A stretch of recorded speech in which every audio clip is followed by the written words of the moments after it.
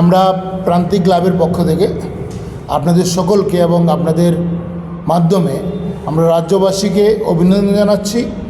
আমাদের এই বছর প্রায় শেষ 2024-এর যে আমাদের আনন্দ, দুঃখ, বেদনা সেটা নিয়ে আমরা যে এগিয়ে গেলাম এবং সে এগিয়ে চলার পথে সবাইকে সঙ্গে নিয়ে আমরা এগোতে পেরেছি, তার জন্য সবাইকে আমরা আবারও অভিনন্দন জানাচ্ছি আমাদের অন্তরের অন্তঃস্থল থেকে। এবং আগামী 25শে ডিসেম্বর ক্রিসমাস দিবসে আমরা আরম্ভ করতে যাচ্ছি আমাদের প্রান্তিক উৎসব। প্রায় প্রতি বছরই আমরা এই দিনেই অর্থাৎ 25শে ডিসেম্বর বা ক্রিসমাস ডেতে আমরা এই প্রান্তিক উৎসব আরম্ভ করি গত প্রায় 1 দশকের বেশি সময় ধরে।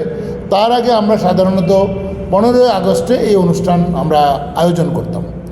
আস্তে আস্তে সময়ের সঙ্গে সঙ্গে তাল মিলিয়ে প্রান্তিক উৎসবের পরিধি, ব্যাপ্তি অনেকটাই বেড়েছে। এখন আমরা প্রায় 5 দিন ব্যাপী আমাদের এই অনুষ্ঠান চলবে এবং এবারে এটা আমাদের যে অনুষ্ঠানের মূল থিম আমরা যেটা রেখেছি সেগুলো আমার ত্রিপুরা, ড্রাগ মুক্ত ত্রিপুরা, আমার ত্রিপুরা, সুস্থ ত্রিপুরা।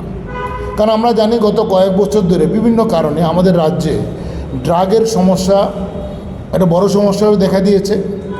আমরা একদিন আগে আমরা দেখেছি আমাদের দেশের মাননীয় স্বরাষ্ট্রমন্ত্রী যখন এখানে এসেছিলেন তখনও কিন্তু উত্তর পূর্ব ভারতের ড্রাগের সমস্যা নিয়ে উনি আলোচনা করেছেন এবং উনি তখনও আলোচনার মাধ্যমে আমরা দেখেছি, আপনাদের মাধ্যমেই আমরা শুনতে পেরেছি বা আমরা জানতে পেরেছি যে উনি উত্তর পূর্ব ভারতের যে ড্রাগের সমস্যা সেটা নিয়ে সত্যিকারের অর্থেই ভারত সরকার চিন্তিত। এবং তার একটা প্রধানতম কারণ হলো আমাদের সঙ্গে রয়েছে মায়ানমার ড্রাগের একটা এমন একটা জায়গা যেটাকে বলা হয় গোল্ডেন ট্রায়াঙ্গেল। সেখান থেকে সেই ড্রাগ আসে এবং আমাদের রাজ্যে প্রবেশ করে এবং সেখানে আস্তে আস্তে আমাদের রাজ্যের 14 থেকে 30 বছর পর্যন্ত ছেলে মেয়েদের কিন্তু এই ড্রাগে আসক্তিতে এমন জায়গায় পৌঁছে দিচ্ছে যারা শারীরিকভাবে, মানসিকভাবে ওরা আক্রান্ত হচ্ছে। ওদের শৈশব যেমন চলে যাচ্ছে, ওদের কৈশোর যেমন নষ্ট হচ্ছে, তেমনি ওদের পড়াশোনা, স্বাস্থ্য নষ্ট হচ্ছে। সেগুলিকে মাথায় রেখে আমরা 25 তারিখে আমরা একটা র্যালি করব, প্রভাত ফেরি। সকালবেলা আমাদের এই অঞ্চলের সমস্ত ছেলে, মেয়ে, বড়রা, ছোটরা সেই র্যালিতে অংশগ্রহণ করবে।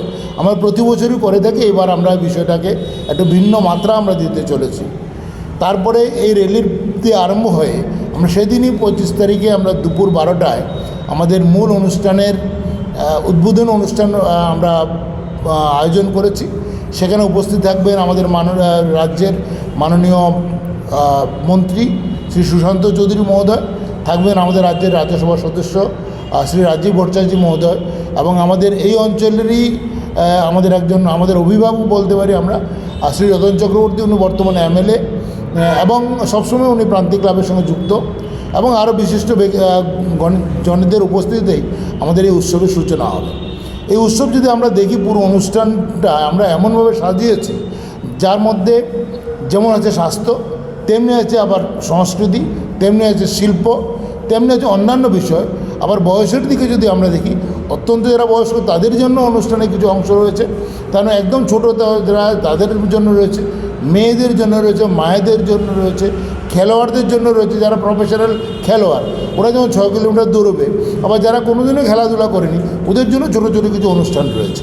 অর্থাৎ সার্বিকভাবে আমরা যেটা করতে চাইছি, একদিকে যেমন আমরা স্বাস্থ্য নিয়ে আলোচনা করব, আমরা সুস্থ থাকার যে মূল মন্ত্রটা সেটাকে যেমন আমরা উপরে তুলে ধরবো, তেমনি আমরা চাইছি যে আমরা বলতে চাই যে যদি আমরা সুস্থ থাকি, আমরা যদি সবাই সংস্কৃতি চর্চা করি, আমরা যদি খেলাধুলার সঙ্গে যুক্ত থাকি, নিজেদেরকে যুক্ত রাখি এবং এতে করে আমাদের নিজেদের মধ্যে যে মেলবন্ধন তৈরি হয়, সেই মেলবন্ধনের মাধ্যমে কিন্তু আমরা এগিয়ে যেতে পারি। আমাদের গত কয়েক বছর ধরে আমরা যেটা লক্ষ্য করছি যে স্বাধীনতার 75তম বর্ষের পরবর্তী সময় থেকে দেশের সরকার চাইছে আগামী 100 বছর যখন আমরা পৌঁছব, অর্থাৎ কিনা 2047 সালে ভারতবর্ষের উন্নত দেশে পরিণত হোক এবং সেটার জন্য সবার আগে দরকার হিউম্যান রিসোর্স বা মানব সম্পদ। এবং সেই মানব সম্পদ তখনই গড়ে উঠবে যখন আমরা সবাই একসঙ্গে হাতে হাত মিলিয়ে